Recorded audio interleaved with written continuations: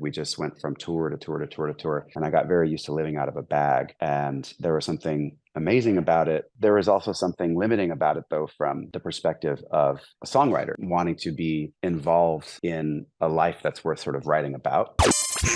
Rock, metal, prog, and everything in between. Welcome to this episode of Talkin' Rock with Meltdown.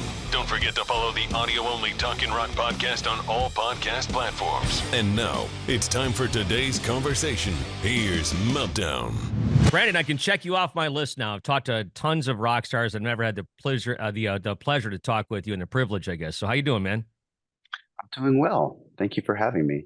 Yeah, coming to town next Friday on this tour. I noticed that this tour, most of the bands, they tour during the summer in sheds, and you guys are doing like arenas now. What's up with that? Was that your call?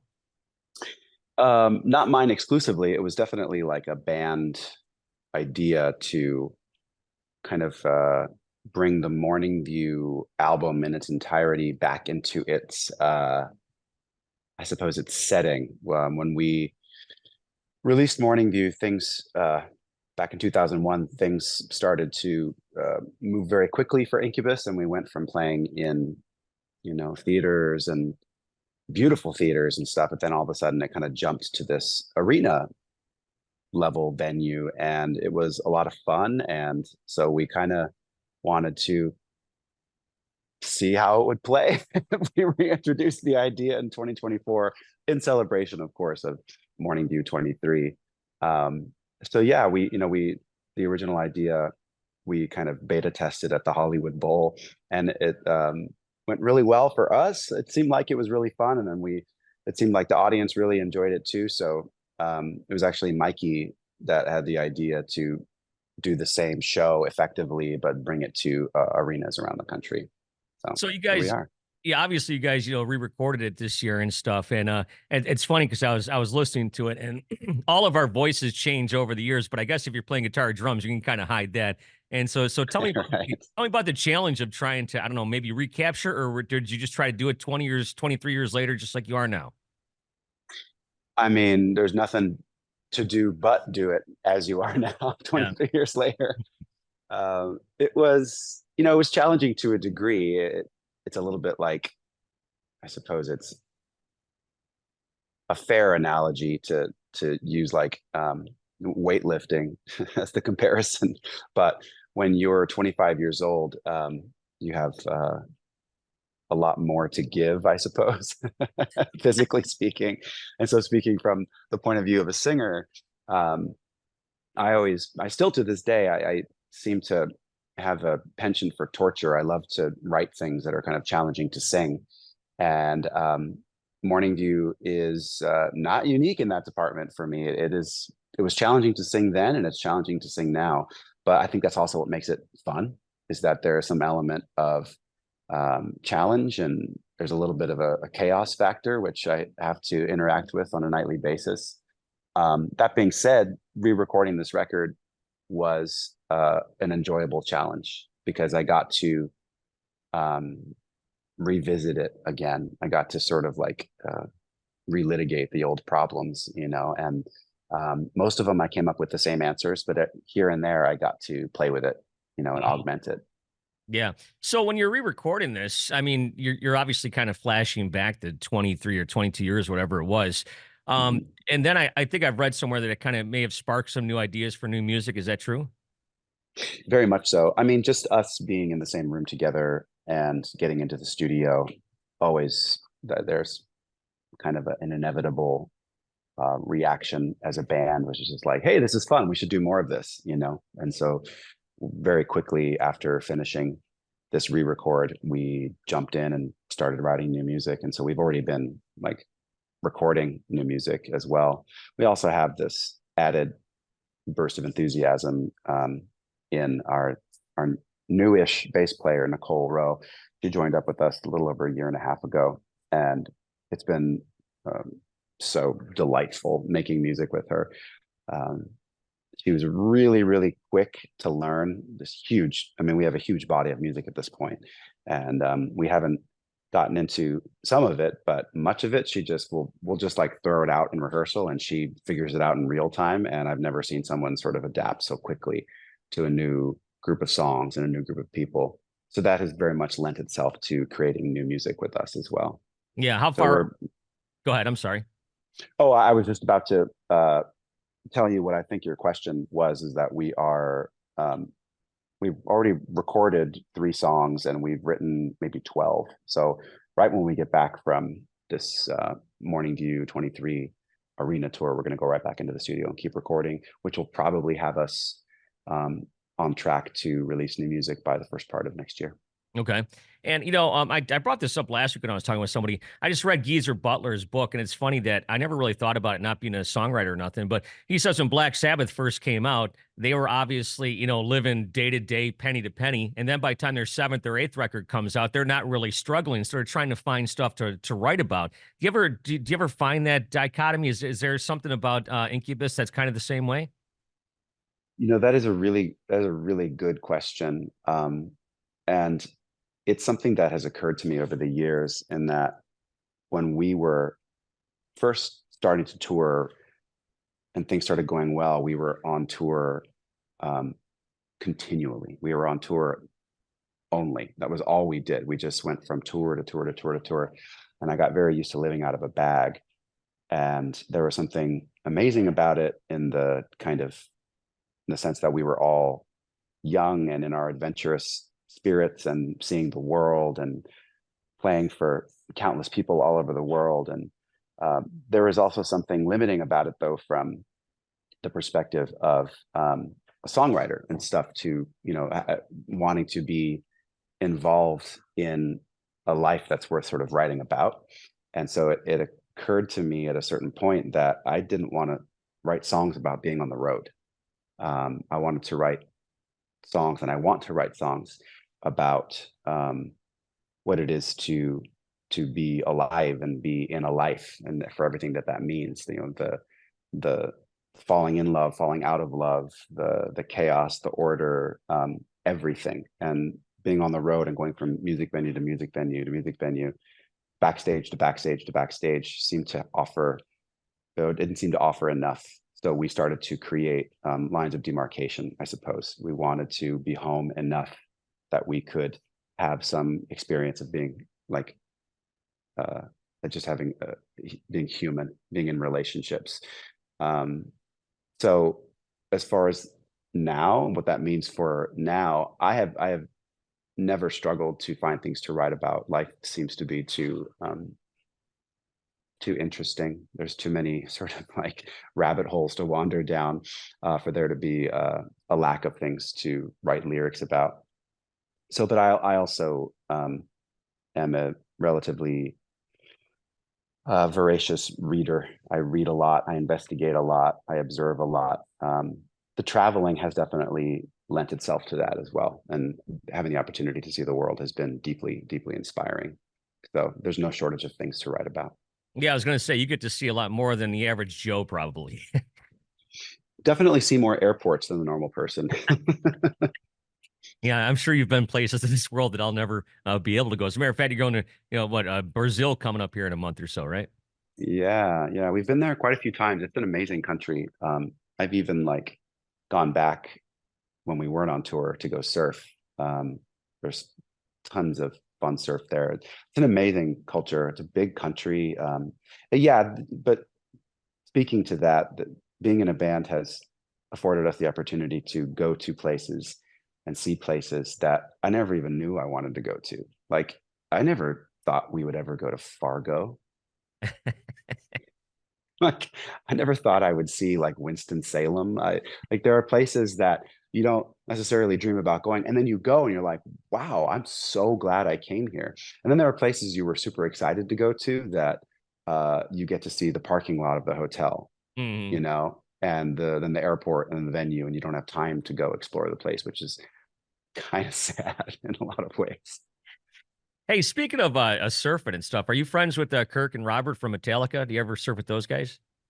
Never surfed with them. I've met them a handful of times in passing, like when we've done festivals with them. Some of them we've done festivals with them in Europe and overseas places. Super great guys. I would love to surf with them. I know Kirk surfs. I think he lives in Hawaii or something. So He has lots of surf over there. Anyway, it would be great. It would be great too. Yeah. You're just talking about exploring places and stuff. One of my friends is in a band and he quit drinking, and he said the reason he drank so much is because he was killing time. Now when he goes on tour, he kills time by exploring stuff. So do you find that do you find time to explore stuff when you go to different cities? What's your concert day look like for the people that don't know? The concert day itself doesn't have as much time as someone might think, because there's sort of like there's a schedule, which actually you learn to kind of appreciate over the years, like sound checks at a particular time, and then you got to eat at a particular time. You don't want to go on stage hungry, all these different things. So show day doesn't afford much time to do much beyond being at the venue. That being said, I do, and Jose as well, we both bring bikes with us. And so in the morning, we usually like ride away from the venue and go explore within a handful of miles of the venue, if it's possible to do that. Days off are sort of rare, but when we do have a day off, what I like to do is walk. I like to see if there's like a museum of interest nearby, if there's like a state park, God forbid there's waves, I'll try and go surf. But that's it. What's interesting is that becomes sort of, you do have days off, like we have like 2 days off a week on average when we're on tour, and you're usually like wrecked just from the schedule and traveling, and so you try and catch up on sleep. So I end up reading a lot. I read a lot and I paint when we're on tour quite a lot.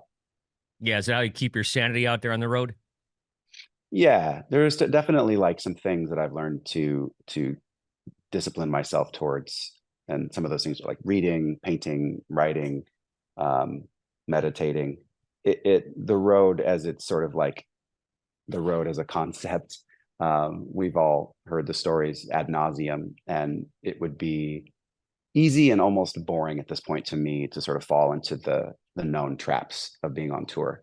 And so to me, it's a little more interesting to have it be an experience that you remember and that you learn from. And then, God forbid, you're like learning deeper disciplines while you're doing so. So it's a little more, it's less exciting than like I slept with the whole basketball team after the show last night, or whatever it is that, the rock star thing to do. And like I learned how to meditate. Right. Talk about your relationship with Mike and Jose. You guys have known each other for, I mean, just about your whole lives, right? Yeah, I met Jose. He and I became friends in 4th grade, and Mikey and Jose and I became friends in 6th grade. And then we started Incubus in 10th grade. Wow. And all these years later, man, I was thinking about this. So 1991 was that the official start date? Yeah, we started the band in 1991. And we were effectively like the neighborhood entertainment every weekend. Like we would play somebody's yard or their garage, and it was fun. There was where we grew up in sort of a rural part of Los Angeles, and back in the early 90s there wasn't anything to do besides, you can go hiking, you can go surfing, you go to school, and there's lots of ways to get in trouble. But we were just bored enough that we and inspired enough by the music that was happening in Los Angeles at that time, and the bands that were coming through Los Angeles, that starting a band was a logical extension and progression of our friendship. Yeah. What did your parents think when you said, I'm going to start a band, or were they always behind you? All of our parents, Jose's parents, Mikey's parents, my parents, were all incredibly supportive of us, so much so that they allowed us to make ungodly noises in their respective garages and living rooms and things like that. But it's interesting because amongst that support, there was a lot of sort of like chaos happening, and especially mine and Michael's house. Our families were sort of falling apart right around that exact period of time.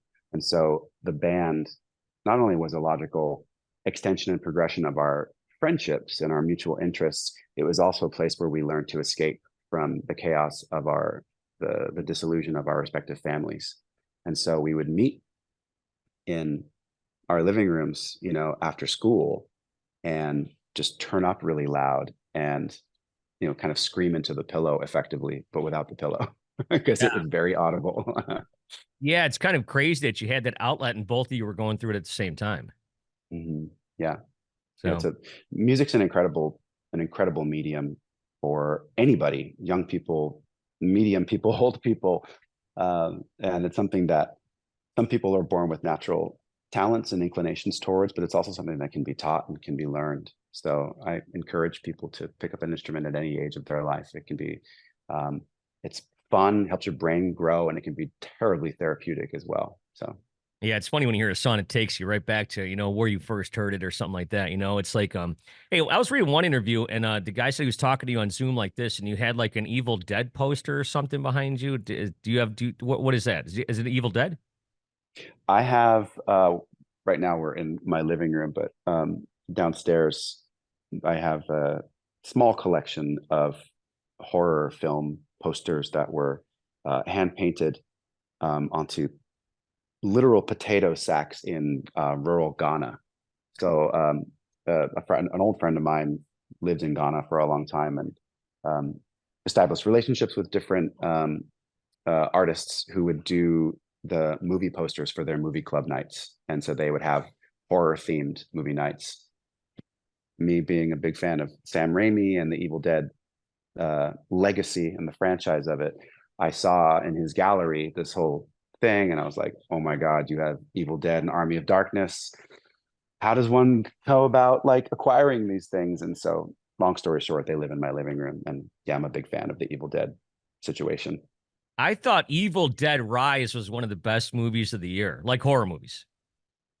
That was the one where it's in like the apartment building, right? Yep. And they're trying to Yeah. escape the apartment building. That was like it was so fucked up, pardon my French, like so violent. I couldn't even I thought the original Evil Deads were violent, but they were more sort of comedic. That one was just like straight up disturbingly violent. Yeah. It's good though. It was definitely worth a watch. I thought it was great. So Sam Raimi, if I'm not mistaken, is from here. Is he from Detroit? I think he's from Royal Oak, the suburb, which is like 10 minutes from here. And of course, Bruce Campbell has connections here too. Yeah, that's amazing. Yeah. I just We went and saw, have I just went and saw Cuckoo last night because I'm a big horror movie fan. So I don't know how much. uh, Do you venture outside the Evil Dead? oh, of course. Yeah. I don't get to the movies as often now. I fell in love and married a person who's not a horror film fan. So I watch most of my horror films when we're touring now. I thought Cuckoo was pretty good. The one a violent nature I thought was pretty wild. I don't know if you've heard about that one. It's kind of when it came out of Canada, but there's been some pretty decent ones lately. I'm still waiting for like obviously like a Beetlejuice or something like that, which aren't really horror, I suppose, but it's in that kind of realm. Yeah, this the spooky realm. I'm looking forward to seeing the Beetlejuice re-up. What was there? There's one that just came out. I think it's called Long Legs or something like that. Yeah, I saw that one too. That's with Nicolas Cage, and he plays a pretty disturbing character. And if you didn't know it was Nicolas Cage, I don't think you'd even recognize him. It's almost like it has a Really? Silence of the Lambs kind of vibe. Oh, was it good though? I liked it, yeah. I'm gonna try and catch that when we go out on tour. I did find an unexpected friend in horror in Nicole Rowe, though. She's obsessed with horror films. She like only watches horror films. So we're constantly geeking out with each other about like, did you see this one? And I'm turning her on to older horror films that some of which she hasn't seen. So it's a lot of fun. It Nerd is. out together. Yeah, it is fun to have somebody to do that with. I know I take my stepdaughter. We go to all the time. Like I said, we went and saw Cuckoo last night. But well, I'll tell Mm. you what, you'll have some time to go see some horror movies on the upcoming tour, August 23rd at Little Caesars Arena with Incubus, doing Morning View from start to finish. And Brandon, so much. Thank you so much for your time and good luck with everything. Safe travels and all that. Thank you as well. I appreciate your time, man.